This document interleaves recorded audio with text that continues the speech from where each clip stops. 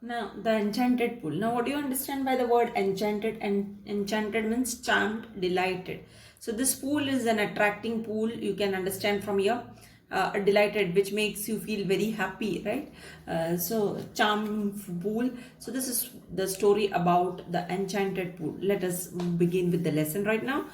The stipulated period of 12 years was drawing to a close.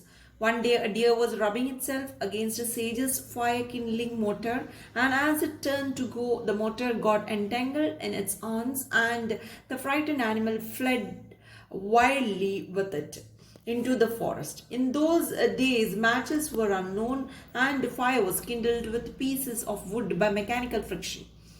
The stipulated period of 12 years, stipulated in the sense as per the agreement made by the Kauravas. Okay, the agreement I told you, the agreement was made by the Kauravas, for whom the agreement was made to the Pandavas.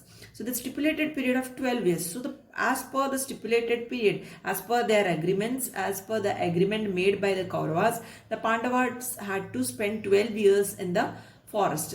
So period of 12 years, that period of 12 years where the Pandavas had been in exile, right? So they were exiled for 12 years.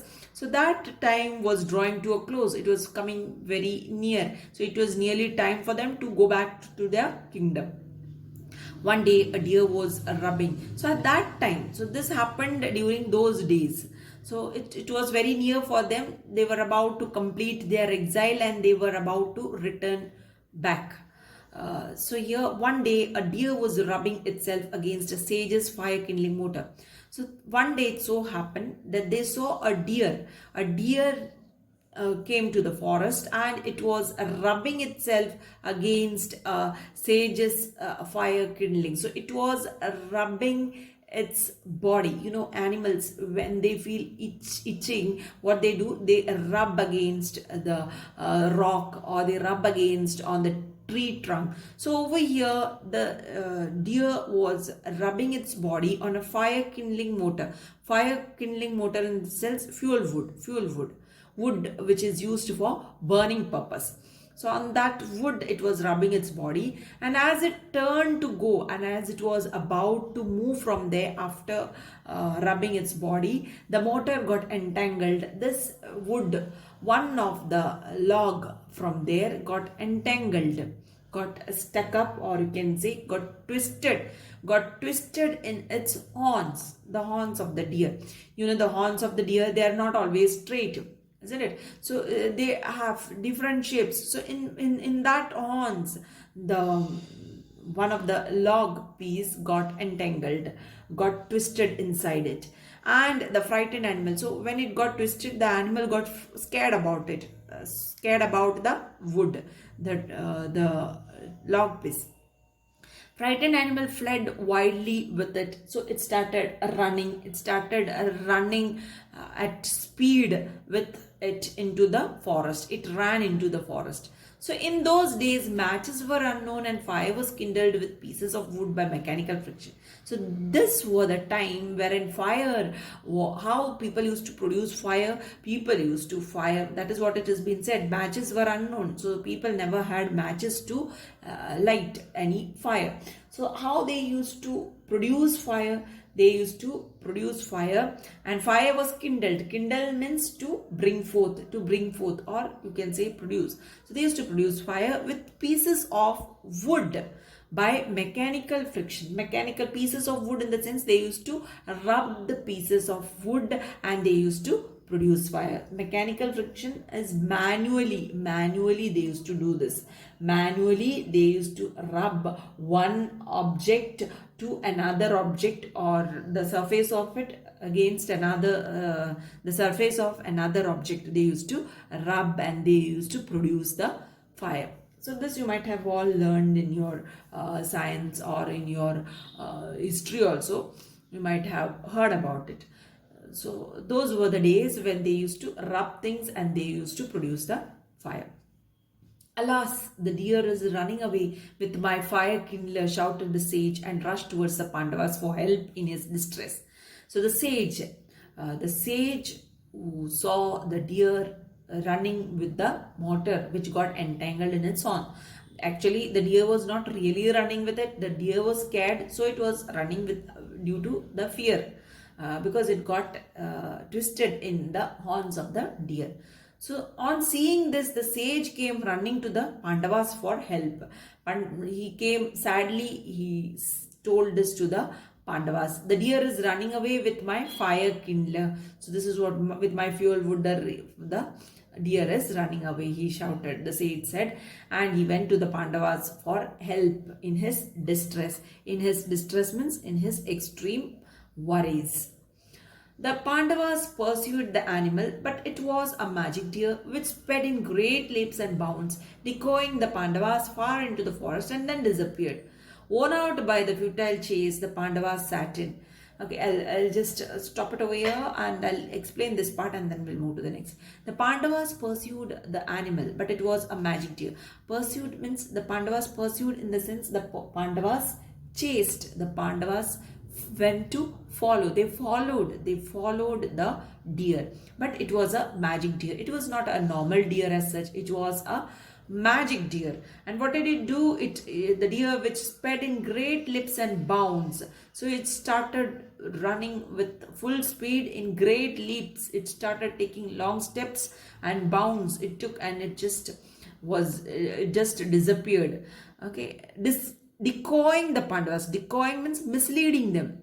So the deer went on jumping from the side, that side, and the Pandavas also followed the deer. The Pandavas far into the forest and then disappeared. And then the deer disappeared in the forest finally. Worn out by the futile chase, the Pandavas sat in. So the Pandavas were tired by now following the deer. They were totally exhausted over here.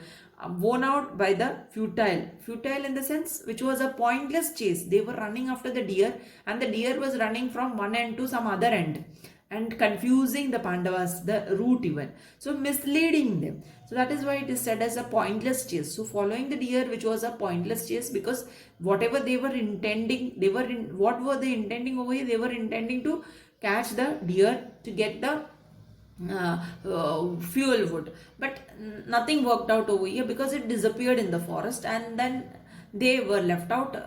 It became a pointless. That is why it became a pointless chase. The Pandavas sat in great dejection under a banyan tree. Nakula sighed, "We cannot render even this trifling service to the sage. How we have degenerated," said he sadly. Now, what were the names of the five Pandavas? The names of the five Pandavas were Yudhishthira, Bhima, Arjuna, Nakula, and Sahadeva. So Nakula said, with great, these five Pandavas, they sat over there with great dejection. Dejection in the sense, sadly they sat over there. They were sitting down over there very sadly under a banyan tree. They sat under a banyan tree. Nakula sighed, "We cannot render even this trifling service to the sage." So Nakula said over here, even the small thing, even the small service we couldn't do, a small thing we were unable to do. How we have degenerated, said he sadly. How we were deteriorated or grown worse, isn't it? So this is what they were, in the sense they were becoming weak. This is what he felt over here. So this is what he said. Very sadly, he said, Nakula said. Yudhishthira noticed with sorrow that his brothers had lost their cheerfulness and courage. He thought they would be more cheerful with something to do. He was tormented with thirst, and so he said to Nakula, "Brother, climb the tree and see whether there is any pool or river nearby." Nakula climbed the tree, looked around and said, "At a little distance I see water plants and cranes. There must certainly be water there." Okay, Yudhishthira noticed. So from this, Yudhishthira noticed with sorrow that his brothers had lost their cheerfulness. His brothers had lost their happiness. They were all worried over here because they were becoming worse. They felt that they were becoming worse in this situation. That is why they were losing their cheerfulness, their happiness, and their courage too. So seeing this, the oldest brother, oldest one is Yudhishthira. This is what he said. He thought they would be more cheerful with something to do. So he felt that let me engage them with something else wherein they will be much more, feeling much more happy. So this is what he felt over here. He was tormented with thirst, and so he said to Nakula. So here by now they were all tired. So he was feeling very thirsty over here. So he told his brother Nakula, the youngest of the five. He told him, climb that tree and see whether there is any pool or a river nearby. So he told Nakula, just climb on top of the tree and find out if there is any pond close by or any river close by. So on this, Nakula just climbed the tree, looked around and said, he climbed the tree, and this is what he observed. At a little distance, I see water plants and cranes. So he said, from there he could get a glimpse of some plants, some water plants and some cranes. So with that, he felt that there'll be water somewhere nearby. So there must certainly be water there. So this is how he doubted, seeing the cranes. Cranes, these are birds, right? These birds you usually found near to the water. Isn't it? Cranes are always found very close to the pond or close to any water body. If you see, you can find the cranes, this type of small water bodies like rivers and ponds. So he happened to see cranes and he felt that there'll be some water body nearby. Yudhishthira sent him to fetch some water to drink. So Yudhishthira had sent his younger brother, youngest one, Nakula, to fetch water. Nakula was glad when he got to the place and saw there was a pool. He was very thirsty himself and so thought of quenching his thirst first before taking water in his quiver for his brother. But no sooner did he dip his hand in the transparent water than he heard a voice which said, "Do not be rash. This pool belongs to me. O son of Madri, answer my questions and then drink the water." Nakula was glad when he got to the place. Nakula was glad when he got to the place. He was very happy when he reached to the place because he saw that enchanted pool, the charming pool he saw. So he was very happy to see it. And so there was a pool. He was very thirsty himself. So Nakula was also thirsty by himself. So what did he do? He thought of quenching his thirst first to drink water and satisfy his thirst. That is what quenching his thirst means. Quenching his thirst first before taking water in his quiver. So in what? They were not having any buckets with them. They were not having any water bottles with them. So they had to carry water in the quiver. What is this quiver? Quiver in which they carry their arrows. A case for holding arrows is called as quiver, right? So in which they carry their arrows. So this was there with them. So in that he was trying to carry water. So before carrying water in the quiver, he thought of drinking some water and fulfilling his own thirst. And then he thought he will carry water in the quiver for his brother. But no sooner did he dip his hand in the transparent water, then he heard a voice which said, but no sooner. So here, no sooner he had dipped his hand.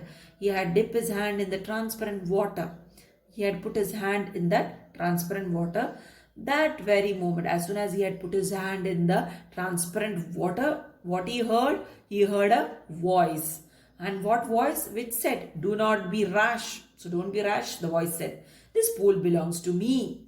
So the voice said, "Don't be rash to touch the pool. This pool belongs to me. I am the owner of the pool. O son of Madri." Now what do you understand? Oh yeah, I told you in the very beginning of the lesson, I told you they were the children of Queen Kunti. But you can see Nakula and Sahadeva, they were twins. These two twins belong to the second wife of Pandu, that is Madri. The second wife of Pandu was Madri.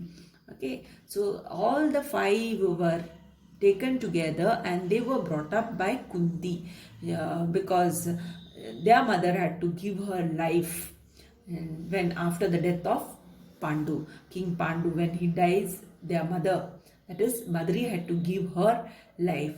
So Kunti was left out and she was the one who takes care of all the five children, and she never made any difference between the five.